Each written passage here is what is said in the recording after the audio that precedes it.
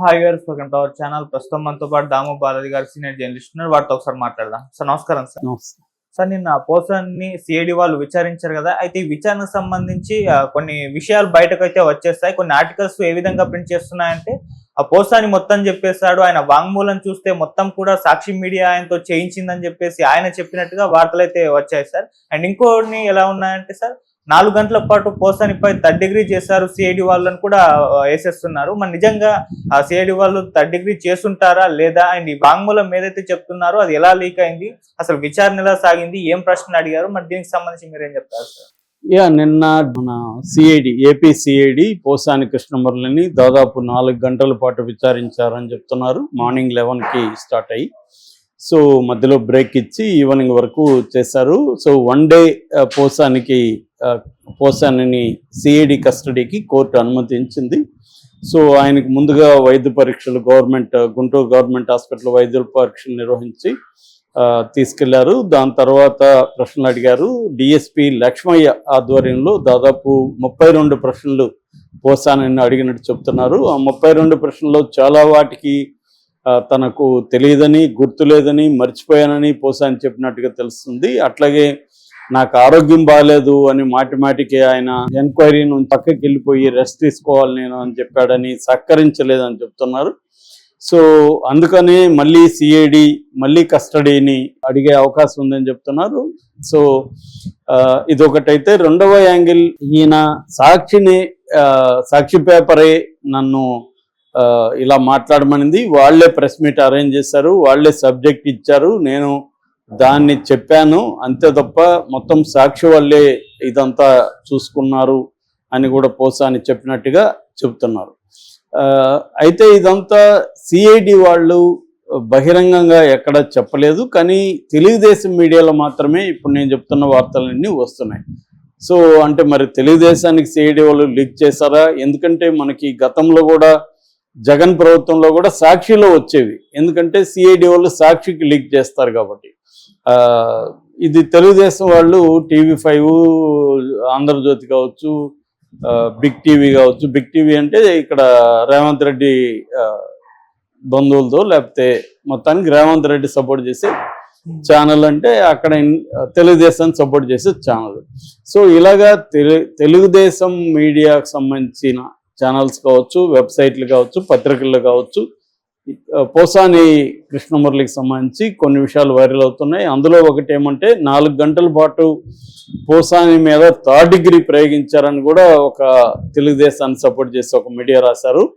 So అయితే ఇదంతా అయిపోయినాక మళ్ళీ గవర్నమెంట్ హాస్పిటల్లో ఆయనకి టెస్టులు చేసి మళ్ళీ కోర్టులో, అక్కడ గుంటూరులో ఉండే prohibition and excise district court, దాంట్లో ప్రవేశపెట్టినప్పుడు జడ్జి గారు అడిగారు, నిన్నేమన్నా అక్కడ సిఐడి వాళ్ళు టార్చర్ చేశారా, బలంతం ఏమన్నా చేశారా అని అడిగినప్పుడు అలాంటిది ఏమీ లేదని పోసాని చెప్పాడు. నిజానికి టార్చర్ చేస్తుంటే పోసాని ఖచ్చితంగా కోర్టులో చెప్పిండేవాడే, ఎందుకంటే గతంలో కూడా సిఐడి రఘురామకృష్ణరాజుని టార్చర్ చేశారన్న ఆరోపణలు వచ్చాయి. సో అందువల్ల ఇప్పుడు సిఐడి అంటేనే చాలా మందికి భయం వచ్చే అవకాశం ఉంది, మనల్ని కూడా కొడతారేమో అని. ఎందుకంటే అవన్నీ ఏండ్ల తరబడి తేలవు, ఒకవేళ కొట్టినా కూడా తేలవు. నేను చాలాసార్లు చెప్పాను, పోలీసులు టార్చర్ చేయడం అనేది వెరీ వెరీ కామన్. దాని మీద అనేక సినిమాలు వచ్చాయి మనకి, ముఖ్యంగా తమిళ్లో విచారణే కావచ్చు, జై భీమ్ కావచ్చు, అలాంటి సినిమాలు వచ్చాయి. ఇంకా తెలుగులో చాలా కమర్షియల్ సినిమాలో గ్రేట్ లాగా చూపిస్తూ ఉంటారు. హీరో కాపు ఉంటే వాళ్ళు చితక్ కొడుతుంటాడు, అసలు పోలీస్ స్టేషన్లో కాదు ఎక్కడంటే అక్కడ కొడుతుంటారు, అదంతా కూడా గ్రేట్ అన్నట్టుగా మన వాళ్ళు చూపిస్తారు. కనీసం విచారణ, జై భీమ్ లాంటి తమిళ సినిమాల్లో ఇది తప్పని చూపించారు, కొట్టే హక్కు లేదు. నేను ఒక చాలా పాపులర్ డైరెక్టర్ ఒకసారి నేను ఇంటర్వ్యూ చేసినప్పుడు ఆయన సినిమాలో ఇలాంటిది కొట్టేది ఉంటే నేను అడిగాను, సార్ కొట్టడం కరెక్ట్ కాదు కదా లీగల్గా అంటే, అది నా విషయం నాకు తెలియదు అన్నాడు ఆయన. అప్పుడు నేను షాక్ అయ్యాను, అంటే లీగల్గా లా ఏం చెప్తుందో కూడా తెలియకుండా సినిమాలు తీస్తున్నారు అని. అలాగే చాలామంది డైరెక్టర్లు ఉన్నారు. సో వాళ్ళకి లా ఏం చెప్తుంది, ఒక వ్యక్తిని అరెస్ట్ చేసినప్పుడు ఆ వ్యక్తిని పోలీసులు ఎలా ట్రీట్ చేయాలి అవి కూడా తెలియదు. ఎందుకంటే కొట్టడం సహజం అని నమ్మేవాళ్ళు ఉన్నారు, కొట్టకుండా పోతే నిజం ఎలా చెప్తాడని అడిగేవాళ్ళు కూడా ఉన్నారు. అలాంటి వాడిని వాడికి వస్తే కానీ తెలియదు అనమాట అప్పుడు. సో రెండోది ఏంది, పెద్ద వాళ్ళని ఎందుకు కొట్టరు, ఒక జగన్ ఎందుకు కొట్టరు, లేకపోతే చంద్రబాబుని ఎందుకు కొట్టరు? వాళ్ళని అరెస్టులు చేసినప్పుడు మాత్రం చుట్టూ లాయర్లు, సుప్రీంకోర్టు అడ్వకేట్లు, వాళ్ళ వ్యవహారాలు వేరే ఉంటాయి. వాళ్ళని కూడా కొట్టచ్చు కదా. స్కిల్ డెవలప్మెంట్లో ఎంత డబ్బులు నీకు ముట్టాయని చంద్రబాబుని కొట్టచ్చు. జగన్ని నీకు ఫిట్ ప్రోక్ ఎక్కడెక్కడ జరిగింది, ఎవరు ఇచ్చారు చెప్పు అని కొట్టచ్చు కదా. జగన్ కూడా ఎందుకు కొట్టరు? సో కాబట్టి ఏంటంటే కామన్ పీపుల్ని, ముఖ్యంగా దళితులు, బీసీలు, మైనారిటీలు, గిరిజనులు ఇలాంటి వాళ్ళని, ఎందుకంటే బలహీన వర్గాలంటే వీళ్ళు ప్రధానంగా, వీళ్ళని తీసుకెళ్ళి పోలీసులు కొడతారు. పోలీసులు కూడా డబ్బున్న వాళ్ళని, పరపతున్న వాళ్ళని కొట్టడం అనేది వెరీ వెరీ రేరు. కాకపోతే ఏంటంటే ప్రతిపక్ష నాయకుల్ని కొట్టడం ఈ మధ్యకాలంలో పెరిగింది. పోలీసులు కొట్టడం ఇప్పుడు మనం ఆంధ్రప్రదేశ్లో అదే చూస్తున్నాం. అంటే నాయకులను కొట్టకపోవచ్చు కానీ సోషల్ మీడియా కార్యకర్తలను చాలామందిని కొడుతున్నారని హైకోర్టే సీసీటీవీ ఫుటేజ్లు అవన్నీ సబ్మిట్ చేయమనింది. ఇప్పటివరకు సబ్మిట్ చేయట్లేదని హైకోర్టే ఆగ్రహం కూడా వ్యక్తం చేసింది. సో ఈ టార్చర్ అనేది కామనే. మరి పోసానిని టార్చర్ చేశారా? చేసినా కూడా పోసాని భయపడి కోర్టుకి చెప్పలేదా? ఎందుకంటే అది చెప్తే మళ్ళీ ఇంకా రివెంజ్ డ్రామాలు ఉంటాయి, మరిన్ని కేసులు పెడతారేమో భయపడేమన్నా చెప్పలేదా? ఎందుకంటే మామూలుగా కూడా లోపాయికారిగా వాళ్ళతో ఏదన్నా ఒప్పందం చేసుకుంటే తప్ప పోసానిని వదిలిపెట్టే ప్రసక్తి కనబడట్లేదు. లోపాయికారిగా అంటే ఏంటి? ఒకటి అప్రూవర్గా మారాలి. అప్రూవర్గా మారి నేను ఈ తప్పు చేయలేదు, నాకు ఫలాని సాక్షినో లేకపోతే సజ్జల రామకృష్ణారెడ్డి చెప్తే చేశానో చెప్పాలి. అప్పుడు ఇతన్ని అప్రూవర్గా మార్చి వాళ్ళ మీద కేసులు పెడతారు. సో అలాగే తప్పించుకోవచ్చు. ఎందుకంటే ఢిల్లీ లిక్కర్ స్కామ్లో కూడా శరత్ చంద్రారెడ్డి కావచ్చు, మాగుంట రాఘవ్ కావచ్చు, ఇలాగ చాలా మంది అప్రూవల్గా మారిపోయి ఇటు కేజ్రీవాల్ టీం మీద, కవిత మీద వాళ్ళు నెగిటివ్గా చెప్పడం, దానివల్ల వీళ్ళని అరెస్ట్ చేయగలగడం, ఇవన్నీ అప్రూవల్గా మారడం వల్లే జరిగాయి. సో అలా జరిగే అవకాశం ఉంది. పోసాని కానీ అప్రూవల్గా మారిపోతే ఆయనకి ఈ కేసుల నుంచి ఇమ్మీడియట్గా విముక్తి దొరుకుతుంది.